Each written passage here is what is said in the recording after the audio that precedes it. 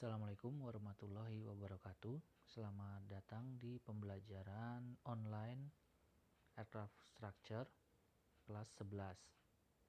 Sebelum memasuki pembelajaran, Bapak ingin memperkenalkan diri terlebih dahulu.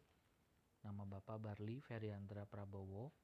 Kalian bisa panggil Bapak dengan sebutan Pak Barli. Bapak lahir di Jayapura. Jayapura ini ada di pulau di ujung timur negara Indonesia. Kemudian pendidikan terakhir Bapak yaitu di Sekolah Tinggi Teknologi Adi Sucipto dengan jurusan Teknik Penerbangan. Kalau kalian penasaran dengan sekolah ini, kalian bisa browsing aja di internet ya. Oke, Bapak juga ingin mengingatkan kepada kalian untuk selalu mematuhi protokol dari COVID-19 atau Corona agar kita semua terhindar dari penyakit ini. Yang pertama adalah selalu mencuci tangan, kemudian menggunakan sabun, tidak berjabat tangan, menggunakan antiseptik atau disinfektan, kemudian tidak berkumpul, dan tetap jaga jarak. Jangan lupa untuk selalu menggunakan masker untuk melindungi kita dan orang lain. Jika kalian merasakan gejala-gejala dari coronavirus ini, silahkan kalian menghubungi gugus COVID atau datang ke puskesmas. Gejala apa aja yaitu sakit kepala, pilek, sakit tenggorokan, menggigil, demam, batuk, dan gangguan pernapasan seperti asma. Jadi Bapak ingatkan sekali lagi, jika mengalami hal-hal ini silakan kalian menghubungi gugus COVID atau datang ke puskesmas. Baik, kita masuk ke pembelajaran aircraft structure. Nah, di sini kita bisa melihat sebagian dari pesawat terbang ya. Nanti dari gambar ini kita bisa mempelajari tentang struktur pesawat. Nah, kenapa Bapak memilih gambar ini? Karena di sini bisa terlihat fuselage, wing, kemudian ada nacelle dan pylon, lalu ada empennage yang terdapat vertical stabilizer dan horizontal stabilizer. Sebelum memasuki pembelajaran, Bapak ingin merefresh pengetahuan kalian tentang penerbangan di kelas sebelumnya. Nah, ada 3 pertanyaan. Yang pertama adalah kenapa pesawat bisa terbang. Kemudian yang kedua, pada pesawat sebutkan bagian apa saja yang termasuk flight control. Kemudian yang ketiga, sebutkan jenis-jenis tipe engine pada pesawat. Baik, kita mulai ya. Nah, kenapa pesawat bisa terbang? Pesawat bisa terbang karena memiliki gaya dorong yang dihasilkan oleh engine dan gaya angkat yang dihasilkan oleh sayap atau baling-baling yang berputar ya pada helikopter. Nah, pertanyaan kedua, pada pesawat sebutkan bagian apa yang termasuk flight control. Di sini Bapak bagi menjadi 2. Yang pertama adalah item perubah arah atau bermanuver nanti. Ada gambarnya di slide berikutnya. Nah, item perubah arah ini ada aileron, kemudian ada elevator, dan ada rudder. Kemudian selanjutnya adalah item penstabil. Item penstabil ini ada slat, yaitu bagian depan dari sayap, kemudian ada flap, bagian belakang dari sayap, kemudian ada spoiler, yaitu ada di atas sayap, kemudian ada horizontal dan vertical stabilizer. Oke, pertanyaan ketiga, sebutkan jenis-jenis tipe engine pada pesawat. Di sini ada turbojet, kemudian ada turbofan, kemudian ada turboprop, kemudian ada turboshaft, biasa digunakan oleh helikopter, kemudian ada piston engine. Udah familiar ya. Nah, ini manuver yang Bapak sebutkan tadi. Yang pertama adalah rolling, kemudian yawing, kemudian pitching. Di sini kalian bisa melihat ilustrasi gambarnya.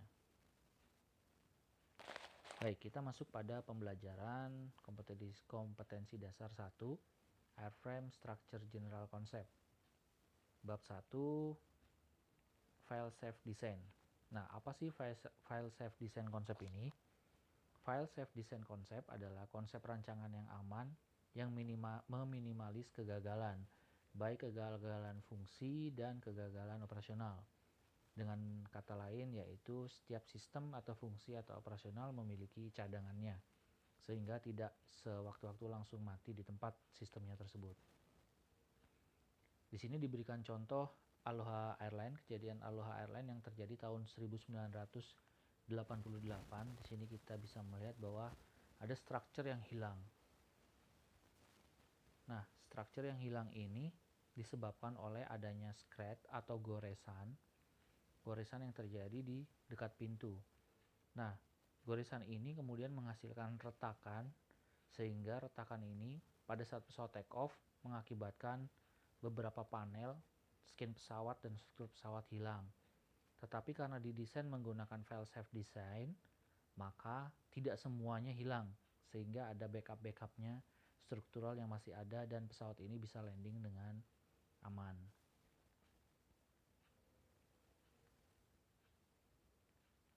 Jenis-jenis pesawat udara ditinjau dari cara menghasilkan daya angkat. Yang pertama, ada pesawat sayap tetap atau fixed wings.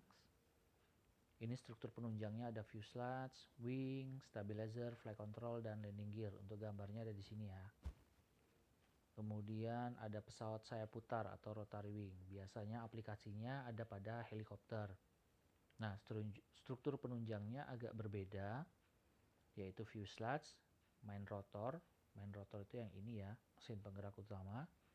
Kemudian ada tail rotor, yaitu di ekor. Kemudian ada landing gear atau landing skid, jadi alat pendaratnya ada 2. Oke. Cara penggabungan komponen struktur pesawat. Nah, pesawat-pesawat ini semua itu digabungkan dengan beberapa komponen. Yang pertama adalah rivet, bolt, screw, di mana ini semua tergabung menjadi fastener namanya. Kemudian di welding atau las dan adhesif. Adhesif ini adalah seperti perekat. Kalau mungkin salah satunya sealant itu ada pada sambungan kaca pada akuarium. Seperti itu aplikasinya. Nah, ini beberapa gambar dari rivet dan screw atau bolt. Nah, komponen rangka pesawat ini disusun oleh beberapa bagian komponen yang lebih kecil atau structural member yang disebut dengan stringer, longeron, ribs, bulkhead, spar, dan former. Nanti akan dijelaskan di pembelajaran yang lain. Nah, ini adalah gambaran sederhana dari sebuah pesawat. Gambaran paling sederhana di mana kita bisa melihat struktur dari sayap, kemudian kita bisa melihat struktur dari fuselage dan struktur dari empennage atau tail.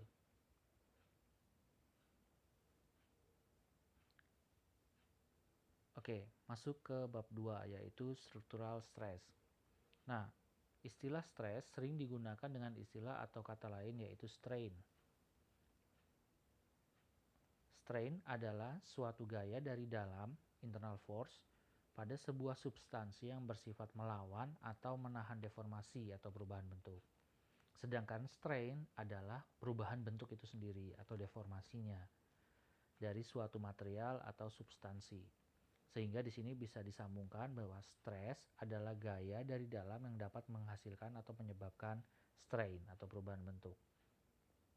Nah, terjadi 5 tegangan pada pesawat. Yang pertama adalah tension stress atau tegangan tarik.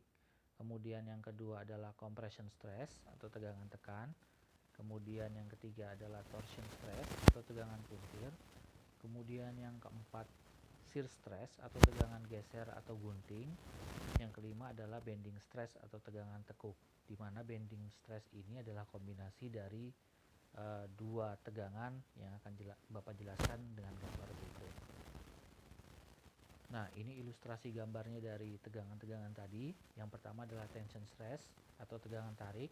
Kita bisa lihat gambarnya. Kemudian di sini ada strain. Ada perubahan bentuk ya. Kemudian yang kedua ada compression stress atau tegangan tekan, di mana arah gayanya adalah ke dalam dan berlawanan.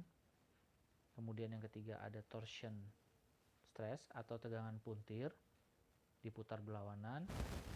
Kemudian yang keempat ada shear stress, tegangan tarik, tegangan gunting, di mana di sini aplikasinya ada di lap joint atau sambungan skin ya, yang disambung dengan fastener atau rivet. Nah, ini adalah bending stress. Bending stress ini adalah kombinasi dari dua tegangan, yaitu tegangan tarik dan tegangan tekan. Jadi pada bagian atas terjadi tegangan tarik ke arah luar, kemudian pada bagian bawah terjadi tegangan tekan atau compression ke arah dalam. Sehingga ini disebut juga dengan combination stress atau bending stress. Nah, penugasan siswa. Silahkan kalian mencari contoh-contoh aplikasi pada tegangan-tegangan yang sudah dijelaskan sebelumnya, yaitu ada 5 tegangan. Yang sudah Bapak jelaskan tadi adalah shear stress. Ini terjadi pada sambungan skin pada pesawat. Nah, sedangkan yang lain kalian silahkan cari sendiri ya. Ini ada link dari gambar-gambar yang Bapak dapatkan dan Bapak masukkan ke dalam presentasi Bapak. Silahkan kalau kalian mau cari juga. Oke, untuk sementara pembelajarannya cukup sampai di sini. Bapak ingatkan sekali lagi bahwa selalu jaga kesehatan, patuhi protokol-protokol dari COVID-19, sehingga kita semua selalu diberi kesehatan oleh Allah Subhanahu wa Ta'ala. Oke, terima kasih. Sampai berjumpa di pembelajaran berikutnya. Wassalamualaikum warahmatullahi wabarakatuh.